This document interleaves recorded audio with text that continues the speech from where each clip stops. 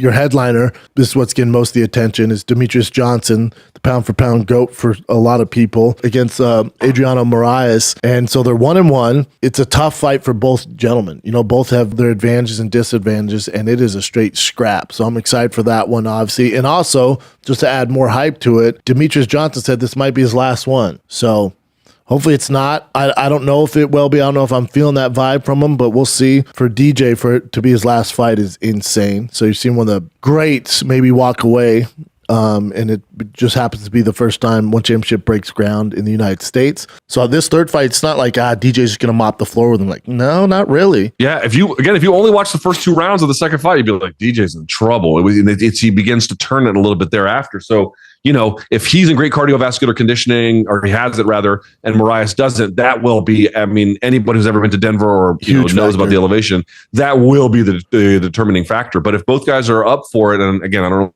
what Moraes has or hasn't done, either way, they're just a great match. It's a great rivalry. And, you know, I had this stat that it only applies to UFC fighters, but I'll share it with you. You may have seen it. And it goes like this: between 125 and 170 as weight classes, if you look at UFC fighters over the age of 35, what's their record in those weight classes in title fights? It's 2-28. And those 2 belong to Tyron Woodley. And in one of those Tyron Woodley fights, he was fighting a 39-year-old. Age is profoundly inclined to the lighter weight classes. You might be asking, well, what is it between 185 and up? It's 50-50. It's 50-50. You go from 2-28 to 50-50, basically. It's a dramatic drop down. Now, here's the funny part about it.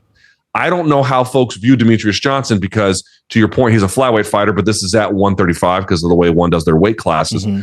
And so no bantamweight at 36 years of age has ever won a UFC title fight. Number one, Henry Cejudo's 36 years of age. We'll see what he does on Saturday.